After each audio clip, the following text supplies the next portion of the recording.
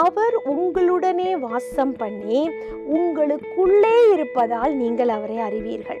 உங்களுடனே உங்களுக்குள் என்று சொல்லி 2 விதமா அழகா இயேசுப்பா சொல்கிறார். அப்போ உங்களுடனே என்று சொல்லும் பொழுது கிரேக்க பதத்துல பார் என்று அர்த்தம். He will be beside you, with you, உங்களுடனே இருப்பார். அதே இன்னொரு ஸ்டெப் கூட போகும்பொழுது உங்களுக்குள்ளே கிரேக்க பதத்திலே இயன் ஆன் என்று சொல்வார்கள். அப்ப inside you, he will be in you என்று அர்த்தம்.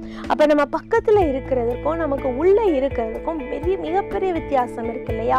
He will be a part of us, நமக்குள்ள நம்மளை கண்ட்ரோல் பண்ணுகிறவராய் இருக்கிறார்.